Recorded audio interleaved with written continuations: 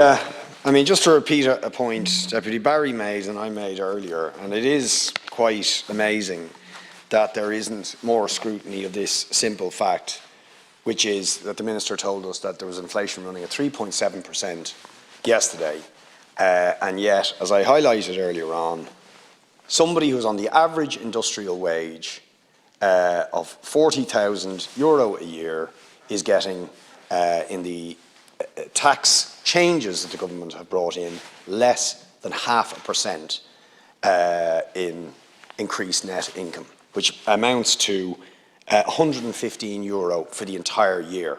So that's not even National Fiver Day. I think if you do the maths, that works out at a slightly over National €2 and a bit Day for somebody on average industrial earnings. Similarly, those on median wage, about 30,000, 0.5%.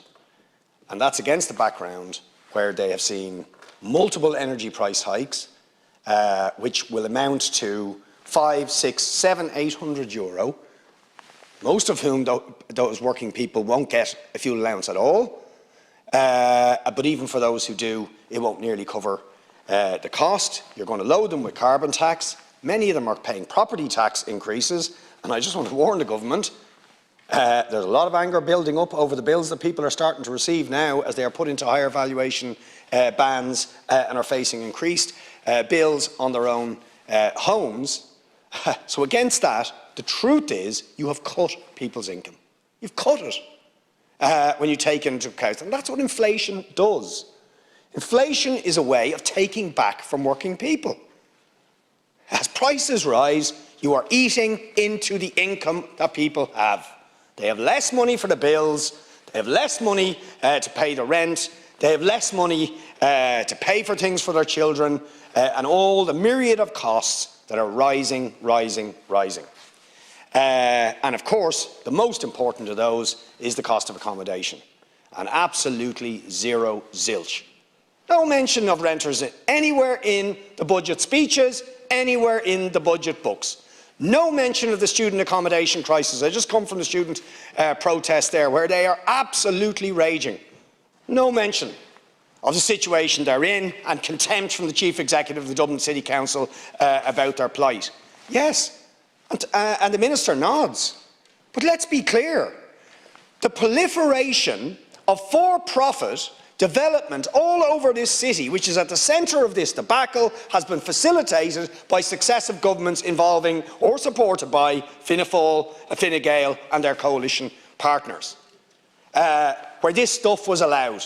You just have to walk out of the door of this place. Hotels, apart hotels, co-living developments, SHDs, you name it, all totally unaffordable, extortionate rents, tax breaks to beat the band for these people, but actually diverting the labour and the building capacity that is necessary to actually deliver affordable student accommodation and public and affordable housing.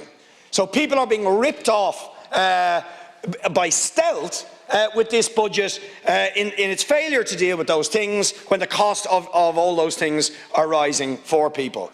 I just want to add to the point about transport. I mean, I heard a anchor broadcaster say today, every department got extra money. No, they didn't. Transport saw a cut of 4%. That's a significant cut, but it's even worse when it's from a Green Minister. I mean, seriously? We need massive investment in public transport, cheaper, more frequent, more public service routes, and the public service obligation budget cut. And some of these figures, I don't know if they're misprints, but I am absolutely gobsmacked at this. Programme B, transport, capital, see I read the appendices, you have to read the appendices to these things. Programme B, sustainable mobility, carbon reduction and public transport. Last year, budget €2.4 billion. This year, budget €900 million. Dramatic reduction. Okay, and similarly on climate leadership, it's called another drop. I haven't got time to find the, oh there it is, 218 million last year, 96 million this year.